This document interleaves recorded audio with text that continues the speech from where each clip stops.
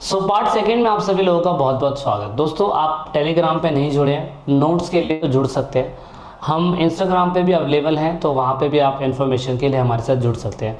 Video के पिछले part में हमने पूरी तरीके से यूनाइटेड नेशन के बारे में काफ़ी कुछ पढ़ा। अब हम यूनाइटेड नेशंस की बहुत सारी ब्रांचेस के बारे में स्टडी करने की कोशिश करेंगे। दोस्तों, ऐसा नहीं है कि यूनाइटेड नेशन अकेले ही काम करता है। यूनाइटेड नेशंस के काम करने के लिए हमने अलग अलग शाखाओं का क्रिएशंस करा हुआ है। शाखाएं जैसे कि मैं कह सकता हूँ उनकी ब्रांचेस में सबसे पहला ब्रांच जनरल असेंबली आता है। ये टेक्स्ट बुक में कहीं पे भी मेंशन नहीं है और पेपर के अंदर हर बार पूछा जाता है। अभी जनरल असेंबली है क्या? सिंपल शब्दों में अगर मैं आपको समझाने की कोशिश करूं तो सिंपल शब्दों में आप ये समझ सकते हैं कि जिस तरीके से क्या कहते हैं, हर देश के अंदर, जैसे कि इंडिया है, मान लेते हैं इंडिया है, तो दोस्तों इंडिया के अंदर जो हमारे एमएलए होते हैं या हमारे जो एमपीज़ होते हैं, उनको जनता के द्वारा, पीपल्स के द्वारा वोट डाल के चुना जाता है। और उसके बाद जो एमएलए होते हैं वो स्टेट की लेजिस्लेचर असेंबलीज में जाते हैं, जैसे हम विधानसभा बोलते हैं। अब हर स्टेट की अलग अलग होती है। एमपी जो होते हैं वो दोस्तों संसद के अंदर, पार्लियामेंट के अंदर जाके बैठ जाते हैं। तो ये तो सिर्फ क्या हो गई, तो सिर्फ देश की हो गई कि ये एमपी के लेवल पे हो गया और ये एमएलए के लेवल पे हो गया। लेकिन दोस्तों एक ऐसी भी पार्लियामेंट है, जैसे हम विश्व की पार्लियामेंट बोलते हैं और उसे बोलते हैं जनरल असेंबली, सामान्य सभा। इसमें हर देश के रिप्रेजेंटेटिव आते हैं और उसको अटेंड करते हैं। तो ये जनरल असेंबली आप देख सकते हो 76 ईयर्स अगो इसे बनाया गया था। ये एक ऐसा ऑर्गेनाइजेशन है जो बहुत ज़्यादा ज़रूरी है। ऑफ कोर्स ये लीगल स्टेटस में अगर हम देखें तो ये अभी भी एक्टिवली काम करता है। जनरल असेंबली के अंदर मैं कह सकता हूँ कि मेन पॉलिसी जो है वो बनती है। मान लीजिए कि नए लोगों को जोड़ना हो, नए देशों को जोड़ना हो, किसी देश को निकालना हो, किसी देश में कोई इल्ज़ाम लगाना हो, वो सारी चीज़ें 193 मेंबर, क्योंकि इसमें मेंबर बने हुए हैं, जितने भी यूएन के सदस्य देश हैं वो सारे लोग यहाँ पे आके मिलके फैसला लेते हैं। इंटरनेशनल लेवल पे कोई डिस्प्यूट चल रहा है, उस डिस्प्यूट के अंदर सभी देश किस तरीके से अपनी प्रतिक्रिया देंगे, उसके लिए यहाँ पर बातचीत करी जाती है। तो मैं कह सकता हूँ कि ये जितनी भी जनरल असेंबली के अंदर रिप्रेजेंटेटिव आते हैं वो सारे लोग वहाँ पे मिलके मुलाकात करते हैं और डिसीजन लेते हैं कि किस चीज़ पे कैसे काम हमें करना है। तो इस पे आप थोड़ा सा फोकस ज़रूर रखिएगा, टेक्स्ट बुक में इसकी कमी है, नहीं बताया गया है। अब सुरक्षा परिषद की बात करते हैं। देखो एग्जाम्पल के लिए मैं आपको बात करूँ कि जैसे कि संसद के अंदर सारे लोग मिलके किसी बिल पे बात करते हैं।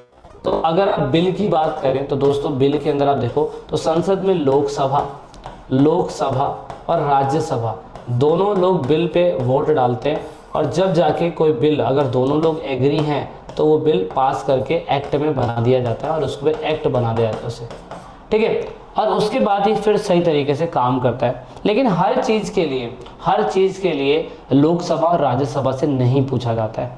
तो दोस्तों जब हर चीज़ के लिए लोकसभा राज्यसभा को नहीं पूछा जाता तो संसद के अंदर जो मिनिस्टर्स होते हैं, जिन्हें हम एग्जीक्यूटिव मिनिस्टर कहते हैं, वो खुद भी फैसला कुछ ले लेते हैं। जैसे वित्तीय बजट है, उसके लिए लोकसभा राज्यसभा से कोई परमिशन लेने की ज़रूरत नहीं होती है। तो सेम इंटरनेशनल लेवल पर एक ऐसी सिक्योरिटी काउंसिल की खुद मीटिंग्स होती हैं। सिक्योरिटी काउंसिल्स कौन होते हैं, पहले हम ये समझते हैं। दोस्तों यहाँ पर आप कह सकते हैं कि इनकी प्राइमरी रिस्पॉन्सिबिलिटी होती है to maintenance the international peace and the security. क्यों? क्योंकि दोस्तों इसके अंदर 15 टोटल मेंबर होते हैं, सिर्फ 15 लोग। कहाँ 193 लोग और कहाँ पे सिर्फ 15 लोग। ये 5 लोग जो फिक्स हैं, ये 10 लोग जो टेम्परेरी हैं लेकिन हर 2 साल के अंदर बदलते रहते हैं। अब यहाँ पे प्राइमरी पीस और इंटरनेशनल कॉन्फ्लिक्ट की बात होती है तो 193 कंट्री आपस में मिलके काम नहीं करेंगी, लेकिन यहाँ 15 कंट्रियाँ मिलके स्पेशली डिसीजन लेगी जो 193 कंट्री के फैसले मायने नहीं रखते हैं। तो ये थोड़ा सा इंपॉर्टेंट है। दूसरा है इकोनॉमिक एंड सोशल काउंसिल। दोस्तों इसमें सारी कंट्रियाँ नहीं एक्टिवली पार्टिसिपेट करती हैं, इसमें सिर्फ और सिर्फ 59 मेंबर हैं। आप मुझे कमेंट करके बताइएगा कि इंडिया इसका पार्ट है, क्या इंडिया इसका पार्ट है? मतलब United nation economic social council, इसे इसको बोलते हैं, इसको। तो ये क्या इसका इंडिया इसका पार्ट है या नहीं, ये बताइएगा।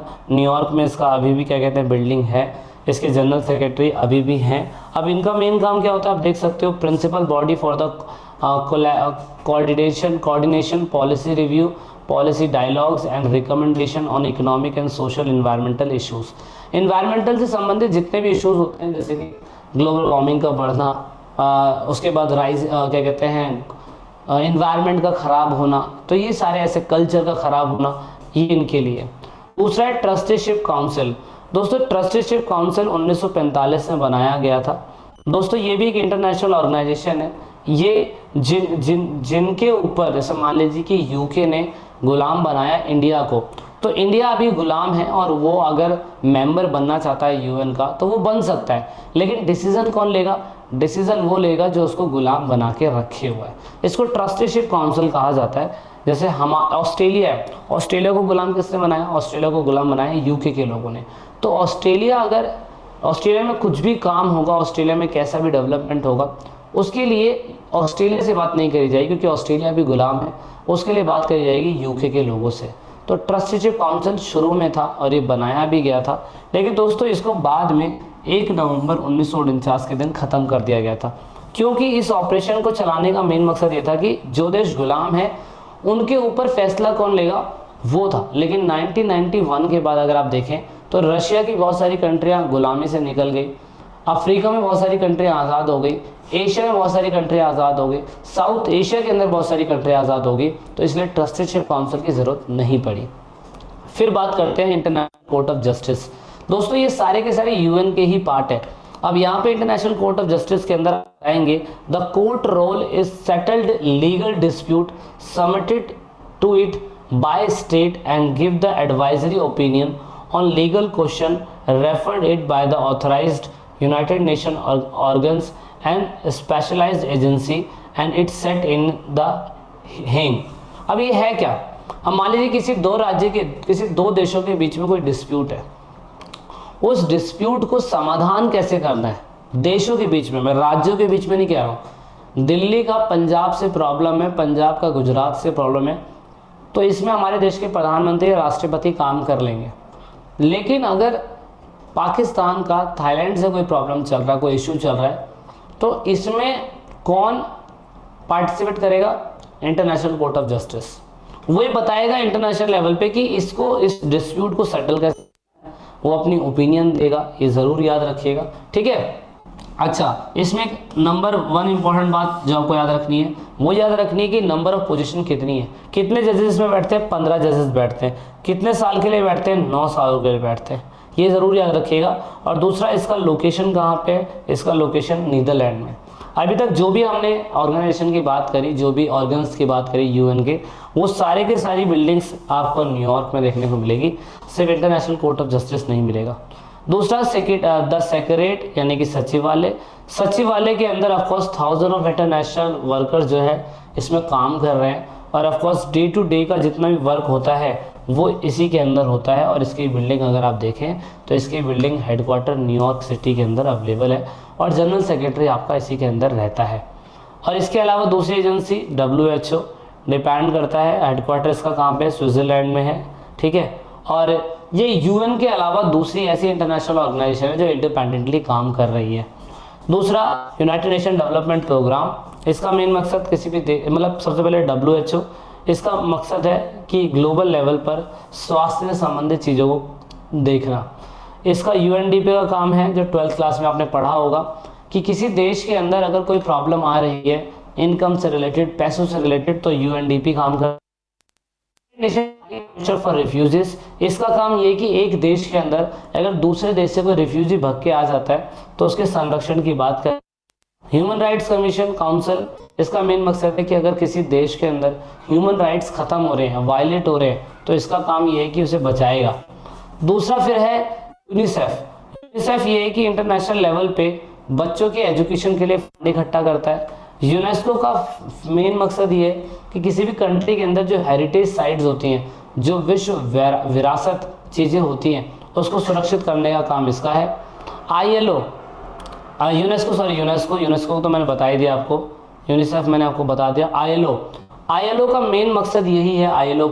इसका मेन मकसद ये है कि इंटरनेशनल लेवल पे अगर कोई मजदूर किसी दूसरी कंट्री के अंदर काम करने के लिए जा रहा है तो उसके साथ अच्छी बेटरमेंट कंडीशन होनी चाहिए, अच्छा वेजेस मिलना ज़रूरी है, और साथ में हेल्थ केयर फैसिलिटी भी ठीक ठाक होनी चाहिए। ये मेन बात इसका ग्लोबली लेवल पे मेन काम है। सेफ्टी का मेन काम है, उसके रिस्पेक्ट का काम है, वर्क प्लेस की कंडीशन को चेक करने का काम है, ये सारी चीज़ें। ठीक है, तो दोस्तों ये हमने कुछ और बेसिक बातें इसके अंदर समझी है। डीपली चैप्टर को समझेंगे तो और चीज़ें हमें समझ में आती चली जाएगी। अभी तक इस चैप्टर के अंदर इतना ही हम लोग पढ़ेंगे। वीडियो के अगले पार्ट में जल्दी आप लोगों से मुलाकात होगी। जब तक के लिए जय हिंद, जय भारत। एंड आई होप आपको वीडियो अच्छी लगी होगी। तो if you like the video, like share subscribe.